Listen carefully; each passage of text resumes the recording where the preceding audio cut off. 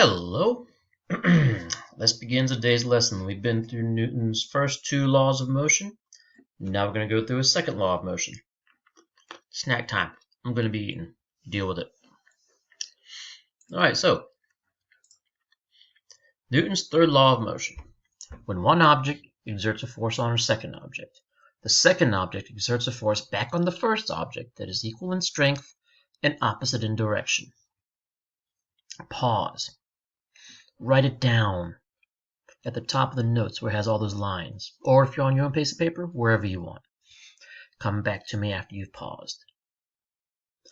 Welcome back. Alrighty.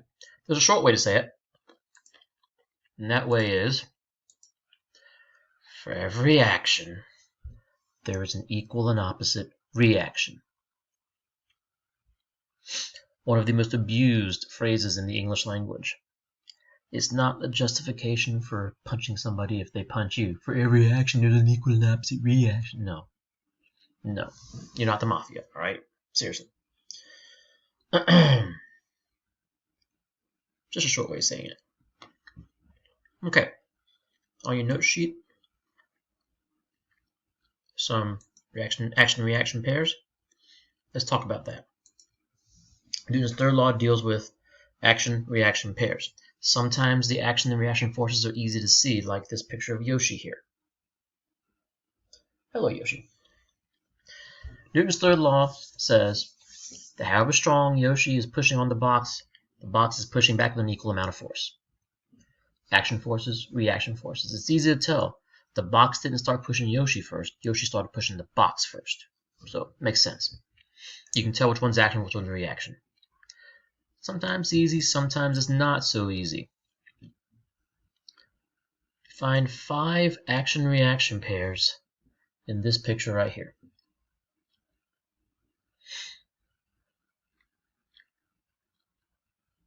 Okay, so let me tell you what they are. If you haven't found them yet, pause. Think of them. Think of 5, and then come back. I'm going to start naming them. First one is the man's feet pushing right on the ground, and the ground pushes left on his feet. Second one, the man's pulling left on this rope right here, and this rope is pulling right on him. Third one, this rope is pulling left on the monkey is pulling right on the rope. We know it's a monkey, not an ape, because it has a tail. Teaching biology too. The next one, the monkey's pulling left on this rope. The rope is pulling right on the monkey. You ignore this, it's supposed to be a picture of a force gauge. We're not going to deal with that.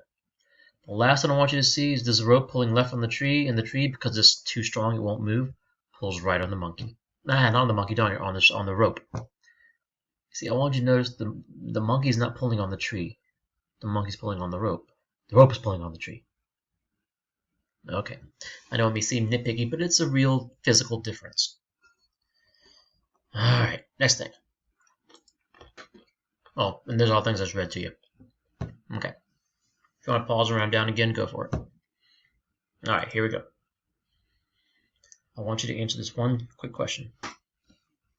If action-reaction forces are equal and in opposite directions, why don't they cancel out, like balanced forces do? I mean, think about it. 2 forces acting on your body right now, gravity pulling down, whatever you're sitting on pushing back up.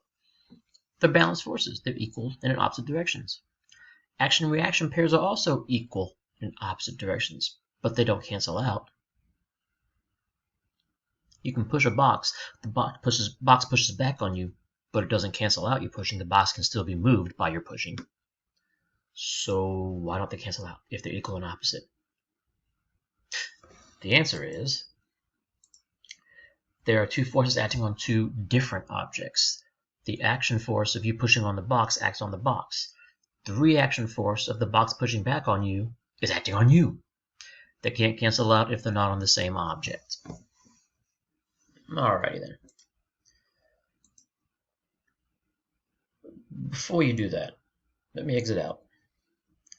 Let me pull up your note sheet, because I want... Yeah, hi. Shut up. Some of the people you work with, right? Anyways, let's see here. I need to find that note sheet. Where did I put it? Ah, there it is.